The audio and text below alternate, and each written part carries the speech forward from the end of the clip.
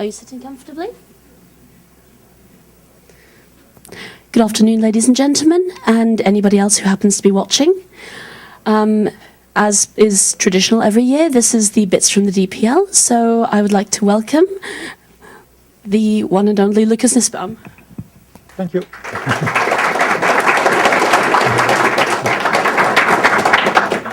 Thank you for coming. Okay, that's fine. So, to start this talk, I wanted to look back a bit about what we achieved as a project since last year, DebConf last year, because I think that this was a great year for Debian. First, we made decision the init system debate, init system choice. That was hard, but we made it. We set up LTS support for Squeeze. That's also something that's been discussed for a few years, and it is finally starting and working. If you look at what others think about Debian, I think that shows that Debian is stronger than ever as a foundation. After the decision on systemd, Ubuntu followed just a few days after that. Valve chose Debian as a basis for SteamOS. That shows that people look at Debian and see a strong foundation for their own projects and follow our technical choices. There has been many new exciting developments. Such as Debian.net, Tracker Debian.org, Debian contributors, Debian CI, and many more to come if you look at the schedule for DebConf. And the Jessie freeze is looking quite good. We are down to 340 RC bugs. If you look at the stats for the previous releases, it means that we are at about 21 weeks to release. So if we just hurry up a bit, we can release by Christmas, basically. Well, maybe that's a bit a dream, but who knows? We'll see. Okay, so I wanted to use that talk about things that were discussed quite a bit during the DPL election, and that might be boring to some of you, but I think it's important that we take a look at Debian's financial status to understand where we are.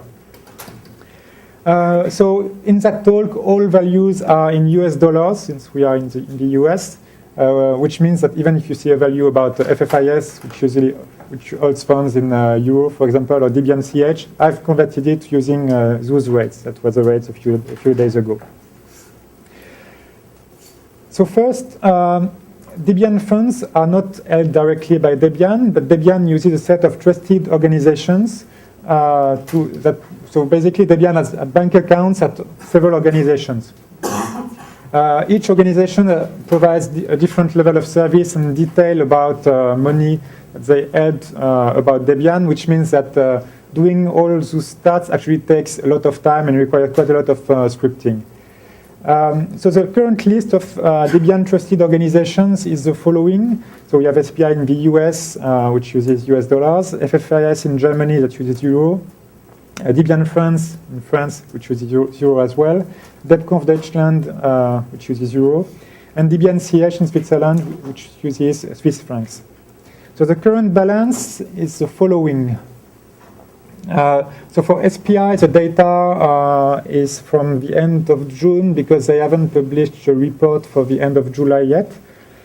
So the two main trusted organizations for which we use the most for to make expenses are SPI and FFIS. That's why they are in bold. We have about $30,000 at both FFIS and Debian CH. $4,000 at Debian France and $0 at DebConf Deutschland. So what's more interesting? Negative 25 euros. Okay, sorry.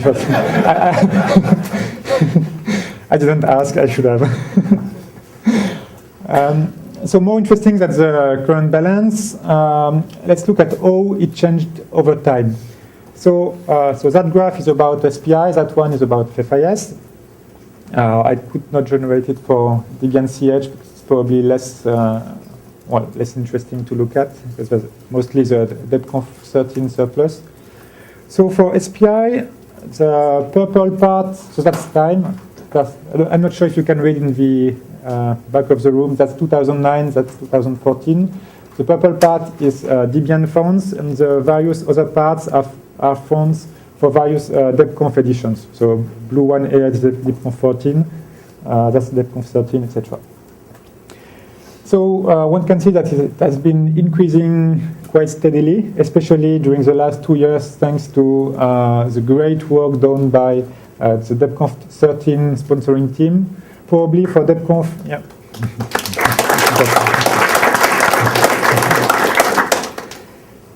Probably for DebConf 14 it's going to drop a little because there are things to pay. We are not here for free. But still, it is expected that DebConf 14 will also generate a surplus.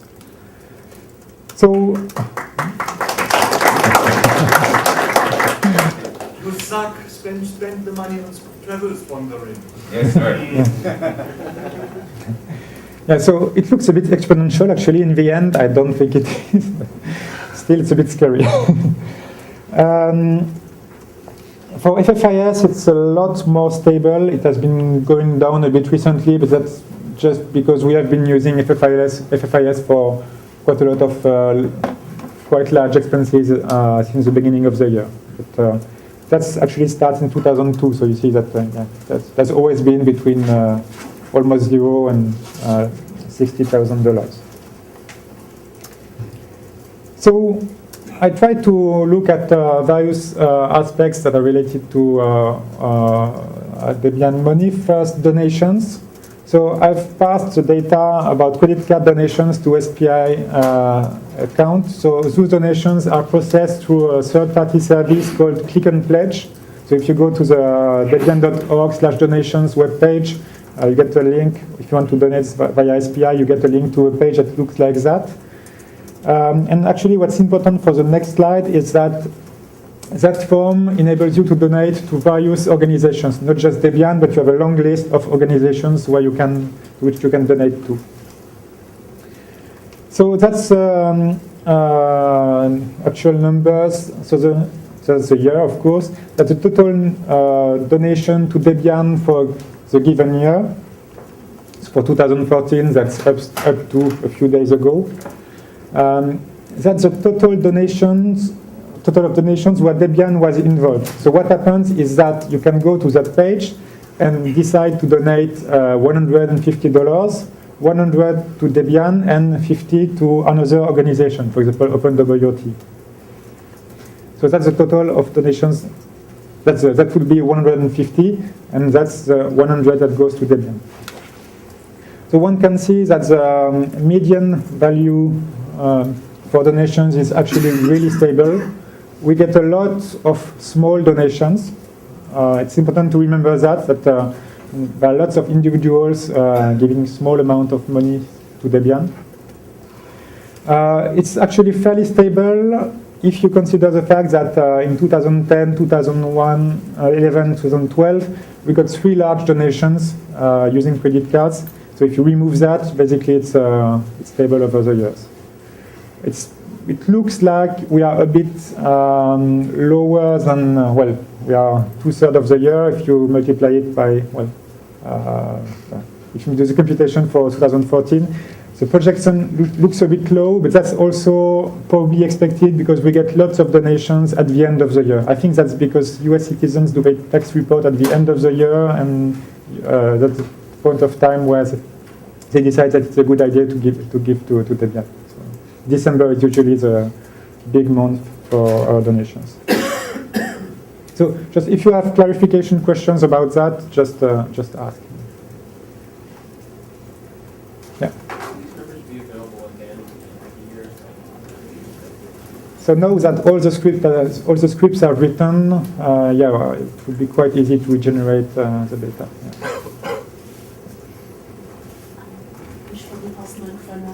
Oh yeah, I will just repeat that kind of questions, but I was asked whether the data would be available again at the end of the year. So let's look at expenses. So the question is, how does Debian spend money on? What does Debian spend money on? So the first, big expense for Debian is DebConf. The budget varies quite a lot depending on where DebConf takes place. Because of venue cost, for example, that varies quite a lot. It's between $150,000 and $250,000 per year, including travel sponsorship. For this year, it was $42,000. We spend quite a lot of money on other kind of travels for sprints. Some, but not so much on Debian developers traveling to upstream conferences. That occurred 2 or 3 times this year, I think. We found some other events, for example, mini DebConf, to make it easier for for speakers to travel to mini DebConf. We funded Tails Hackfest in July. We also spent quite a lot of money on infrastructure, so hardware, of course, but also stuff like DNS domain names, SSL certificates, hardware warranty. So I don't have the data, the detailed breakdown for SPI, which would be more interesting, but actually a lot more work to do. That's the data for FFIS, so it's mostly an example because the amount spent at FFIS is is much lower than at SPI. But it shows that basically it's split about evenly between infrastructure related and travel related. So some thoughts about that. First, I think that before talking about GeoVS, I think it's important to state that we must respect our donors and to use their donations to improve Debian. So that actually is quite interesting. There are 2 sides to this. First thing is we should use their donations to improve Debian. But we should also use their donations. And if they donate money to Debian, I don't think that it's quite right to just have it sitting in a bank account. Of course, it's important that we have some amount of reserve in case of emergency expenses. But having almost $250,000 on our bank accounts might be a bit too much. So yeah, my point, we have enough reserves. We have basically what would be needed for 1 full DebConf. So I'm not encouraging the DebConf 15 team to fail completely, but still, we could afford that. But please don't. We could probably improve on fundraising. We had both this morning about this. Lots of ideas flying around about how to improve fundraising. I'm quite sure that if we were slightly more aggressive, we would be able to raise a lot more. And we sometimes feel too guilty about using Debian money. I've heard of people who are really core contributors to Debian, who spend a lot of time on Debian, and who decided not to come to DebConf because they didn't feel that it was right for the project to pay for their travel. They couldn't afford it themselves, so they decided not to apply. That's really sad because probably it would have been really useful to have them here. So we had a discussion, mainly this discussion last year about ideas for spending more money. I've tried to go through it and summarize it on this slide. So I think that there are many ways that we could use to make good use of Debian money and spend more money. The first set of ideas is about increasing visibility of Debian and attracting more contributors. So we could help more the organization of mini DebConfs. That's a good way to reach out to our users and potential contributors. One way to do that is to sponsor Debian developers to travel to such events and talk about Debian development. The second point is likely to be less consensual. I think that we could use some money to to send a signal to our new contributors that we appreciate that they are contributing to Debian and welcome them to our community. For example, sending quite cheap goodies like on the order of a T-shirt to new contributors. I think that's something that we could do. I'm thinking of spending something like $5,000 per year on that. I think that would be quite reasonable. And it would be a first step, a first nice step before, well, saying them, to say to them that we noticed that they are starting to contribute. We kind of know that DM, well, becoming a DM or becoming a DD is a really long path, but at least, yeah, we know that they are there. Something else is material for Debian boost. So we have a Debian event team that set up a kind of Debian event box, can be sent to events, mainly in Europe.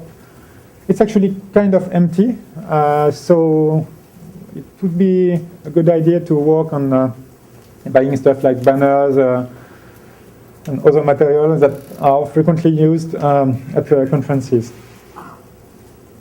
Another thing that was discussed is improving security and trust of Debian, Debian archive by buying cryptographic cards for DDs. We could also do more about improving the efficiency of development, organize sprints. So I think that's the message I want to. Yeah. I don't want to start a mic check discussion, but so yeah. Well, no, I use the mic. Okay. So okay. I'm quite sure that not all of this well, some of this might be a bit controversial. Let's discuss it at the end of the talk. Let's not start a big discussion right now. I hope that there will be time to discuss this. But if you have clarification questions, I'm fine with taking them now. So, yeah, so regarding sprints, there are quite a lot of sprints that are being organized, mostly by core teams. I think that we can extend to more teams and have we don't have that many packaging teams meeting using sprints. We could totally do more of that. So hardware used for Debian development. So I don't think that we can afford buying laptops for Debian developers. But when someone needs specialized hardware, could be porter machines for, well, development machines for porters. Last year we bought a quite powerful system so that one of the DI maintainers could do builds of DI at home with a fast machine. So that kind of expenses, I think that's something that we could do more as well. And yeah, and then finally more travel sponsorship for DebConf. I don't think that we can afford sponsoring every DM plus DD to DebConf, but probably we should look into sponsoring more or even a lot more. Like for example, for DMs, it's quite nice to have them at DebConf, get involved in the community, and that's usually, well, probably most of you have realize that, but once you are at DebConf, you talk with a lot of people, and usually, as a result, you do more in the future in terms of Debian development. Then last point about improving communication with upstreams. We could sponsor travel and attendance to some upstream conferences. For example, it would totally make sense for Debian to sponsor travel and attendance to PyCon for our Python developers if they cannot find another way to attend. And that's really important to have a good communication with our upstream developers. So I think there was a suggestion at some point to have dinner once a year with your upstream. I don't think that Debian should pay. Well, maybe it depends on the kind of dinner, but that's something that could be discussed. But still, that's the kind of things that if it contributes to Debian development, why not? So just to be clear, I'm actually in favor of everything listed here. So there are things that clearly need coordinators.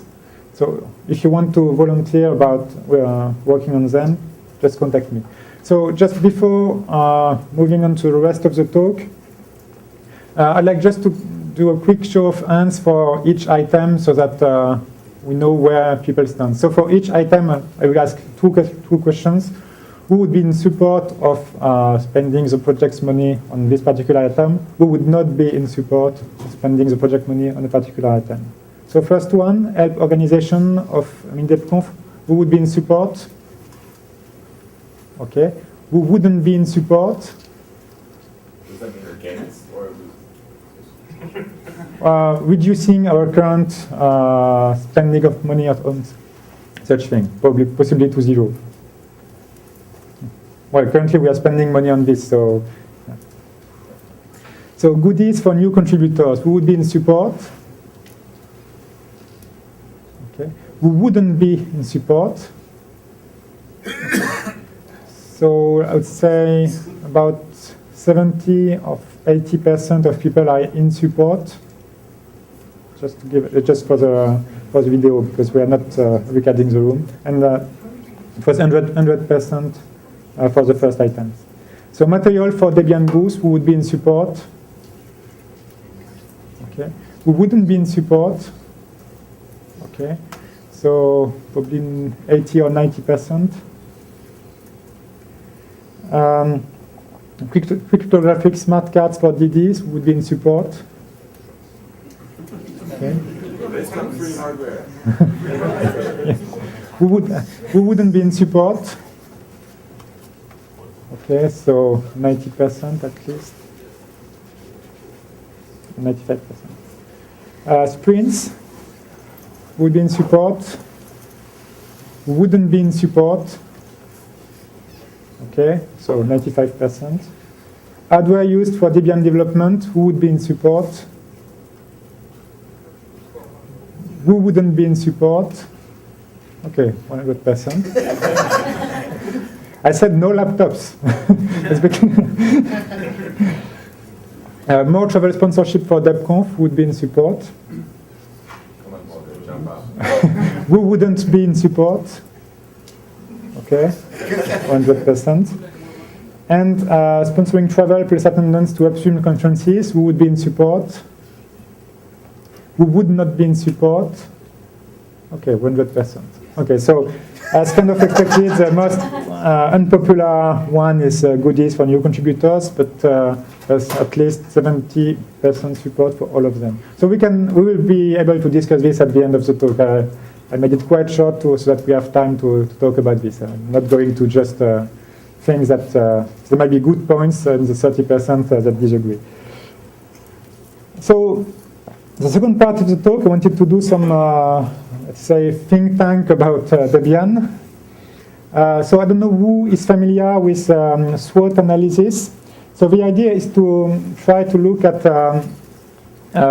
strengths, weaknesses, opportunities, and threats to Debian in that case, and look at what can we build on in terms of strength, what are or in terms of opportunities. So the difference between strength and opportunities, or between weaknesses and threats, is that strengths are from an internal origin, so that we are stuff that we built ourselves, and opportunities are stuff that have an external origin, that is stuff that came from the outside, that just happened to happen at the same time as currently.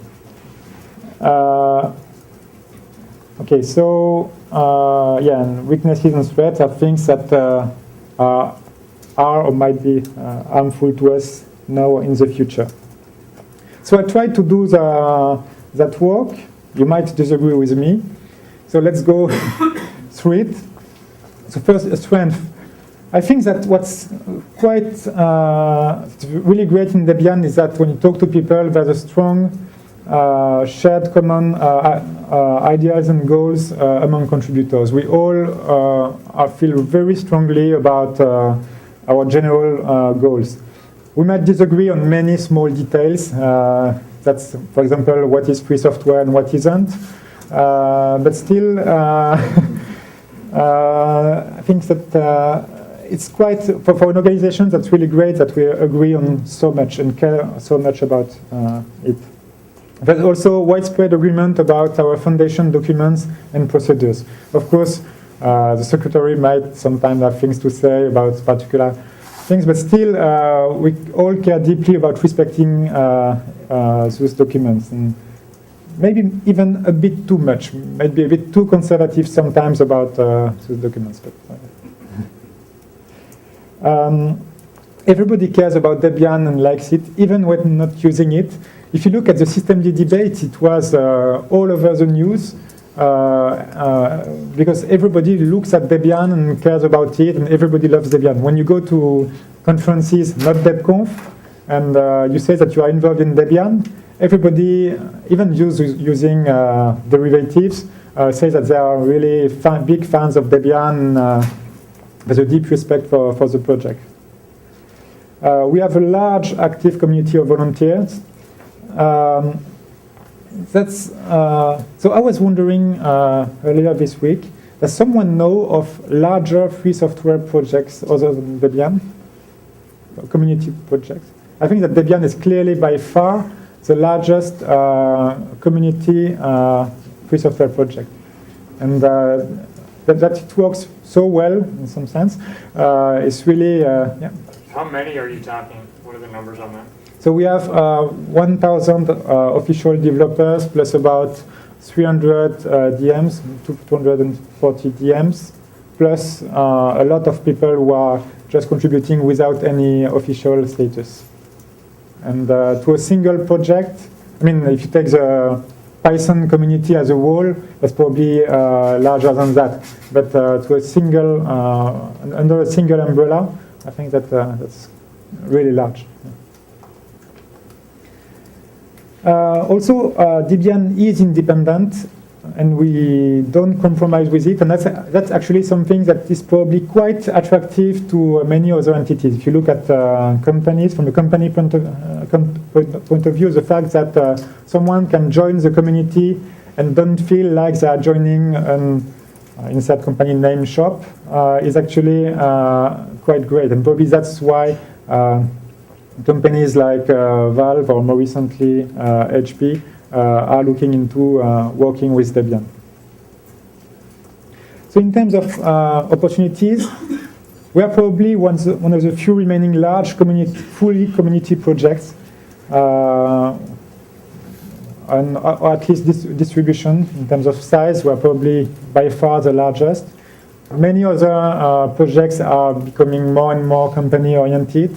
And I think that we all care deeply about the fact that we are remaining mostly independent from any company. There's also, following all the Snowden stuff, hostility towards some big corporate players, and by having such independence, I think that we are in a great position to succeed. So now let's look at the darker sides and our weaknesses. Actually, the slide is a bit longer, that's not a good sign. But first point is we tend to, well, we are a large project, but there's some dispersion of manpower. So the slides will be available. You see people taking pictures, but that might not be useful. So there's a dispersion of manpower. We have lack of manpower. There's a lack of manpower on core things.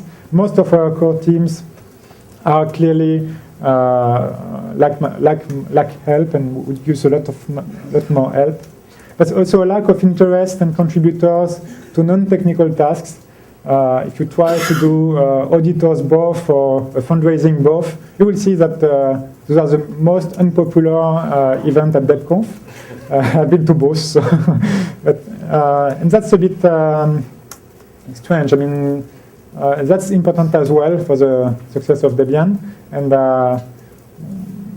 it's quite interesting to see so many people in favor of spending more money, but at the same time not being so interested in attending a fundraising both.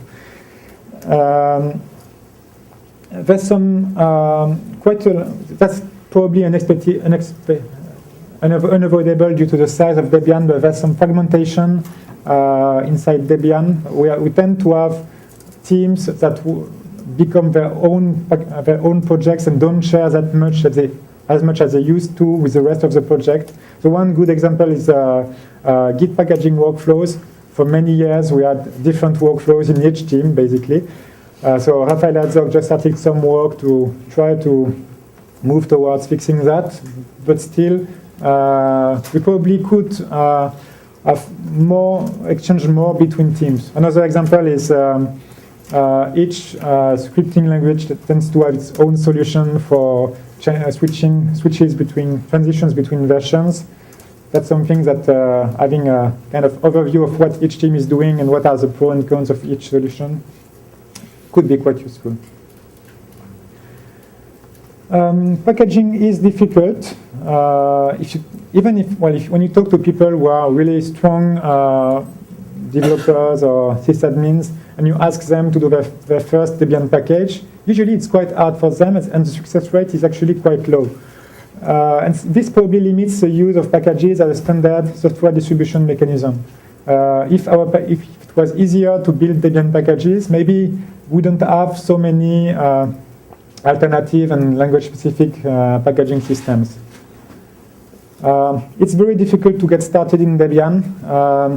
So I did recently, I looked recently at old ITPs and mostly ITPs bugs. And there are lots of people who did the work of creating a Debian package for something and who gave up because they could not find a sponsor. We also have quite high requirements about quality. Most of the packages that managed to get sponsored out of mentors are probably of much higher quality on average than packages DDs upload, well, without any review. Maybe that's a bit unreasonable, and we should just file bugs about minor issues and not care so much about lintian pedantic tags. There's also some disconnection from upstream for many maintainers. By that I mean that Debian maintainer works on its package, but has never exchanged an email to one of the upstream developers community. And there was a blog post from Lior Kaplan on Planet Debian today about this, but that's really something that we should try to improve. So some threats, so external things. There's the growing perception that distributions are solved problems and we are not cool anymore, and all the cool kids are doing something else at working in distributions. That probably wasn't the case 10 years ago. I think that we have a lot of things to do as distributions, lots of interesting problems to solve, and the schedule at DebConf shows a lot of things that distributions can contribute to solving. But still, that's us, and we need to communicate this to the rest of the world, so that we are not perceived as the old guys that do all the boring stuff. The required skills to work on Debian are actually quite rare and typically not taught in typical university curriculums.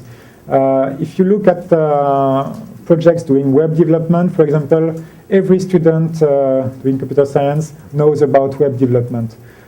What's required in Debian to contribute to Debian is a bit unclear, actually. It's a mix of development skills, sysadmin skills, deep systems skills, and that's something that is not taught anymore at universities, and it makes it much more difficult for us to recruit students for programs like GSOC or to recruit new contributors.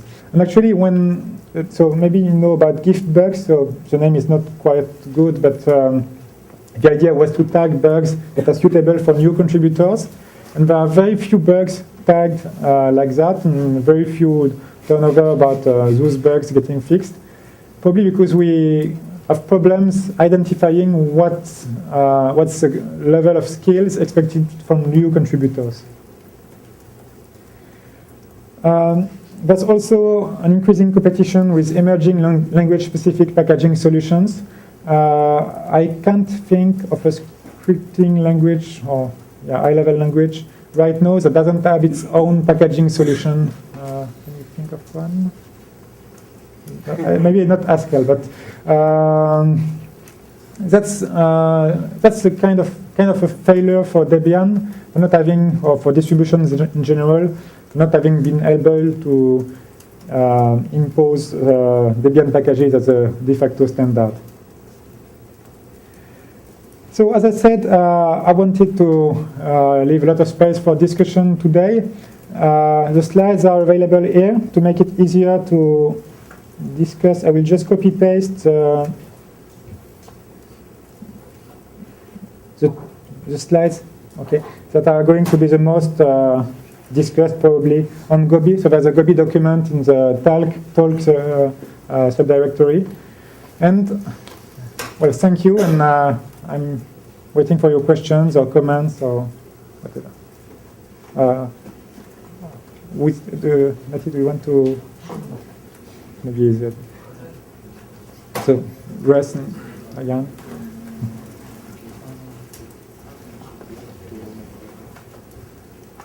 So I don't know if you were in Stefano's talk on Saturday, I think it was. He identified something that some things that I think probably ought to be on our radar as threats, and possibly also as opportunities. Do you think those are important? Let me. So yeah, I thought about that. So yeah, I think that's a threat for clearly a threat for the free software community. I'm not sure if Debian has so much to contribute to solving this as a distribution. Probably there's some improvement to be done in making it easier for users to install software so that they can run their own infrastructure, their own web services. But that's something that we have not been able to do. Well, probably, yeah. We need people to work on web applications packaging, update a policy on web application. The current one dates from about 10 years ago. It's totally probably unsuitable to recent web applications. We need to fix that problem before, I think, going further in that area. That's a problem that we know has existed for a long time.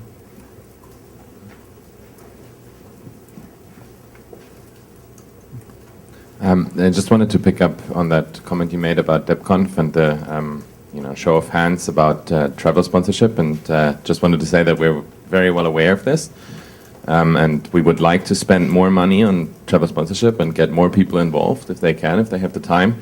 In the past, it's always been a little bit of a time constraint, and this year actually we had more money set aside than was actually claimed, so we got some money back.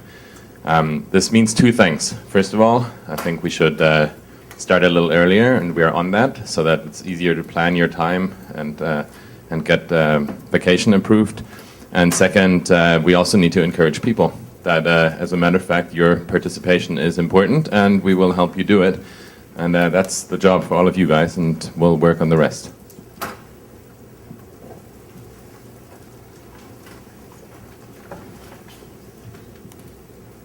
So one of the things you listed as a threat, the idea that the packaging skills are a combination of system administration and development skills, given that I just had a giant argument with that with the previous employer, one of the things I want to call out there is that we have an opportunity in being clear about what we do inside Debian, I think, to attract a lot more people by making the point that the things that you do in Debian as part of building a package is actually DevOps skills.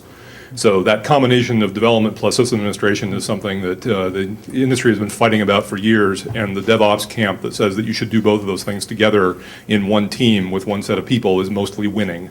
And if we can point out that, and I tried to point this out at my talk about enterprise system administration and for Debian in New York, that the skills that you do as Debian packaging are DevOps skills, are enterprise system administration skills, and vice versa.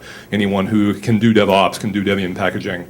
That might be an opportunity for us to get more attention and more attract more contributors and make it look cooler to address one of your other points.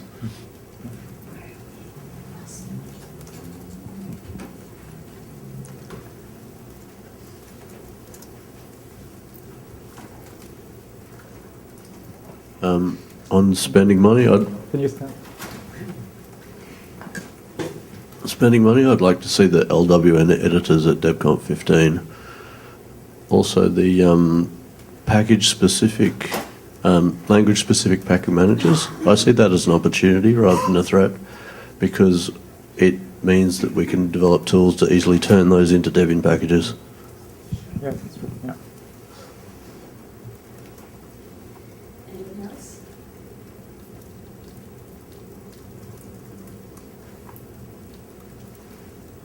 So I'd like to hear from people who did not support the idea of goodies for.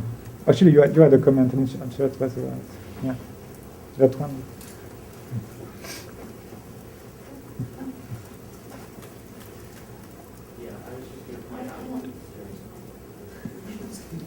Stand up. Yeah, stand up. Yeah. Yep, okay. I was just going to point out that if we do buy cryptographic smart cards, that does violate the keyring team's requirement of 4K keys, because as far as I know, the maximum key length... Yeah, no. Turn around? Okay. Yes, Use hotkeys. that's true. 2K keys are fine. 2K, yeah. Really? No, Because as far as the maximum you can get on it. Problem solved. keyring, mate. This 4K key supports 4K keys on the OpenPGP smart card. Yeah, but does the hardware... Hallway track. Okay, never mind.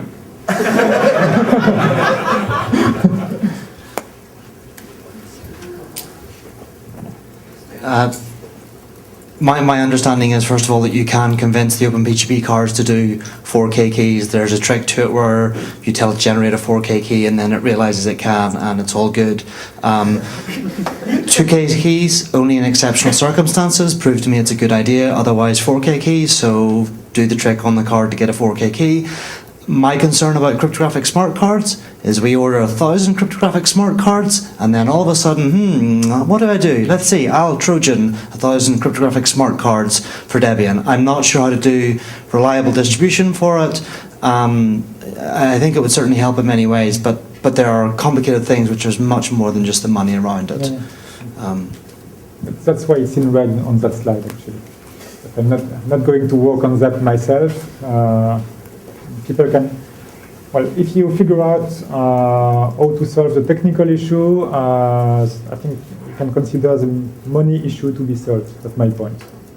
If that's not worked, it's going to be done for nothing.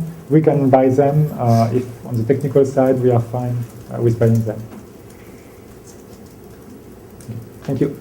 I think we're out of time. Yes. Thank you very much. Many thanks to Lucas. Many thanks to those who...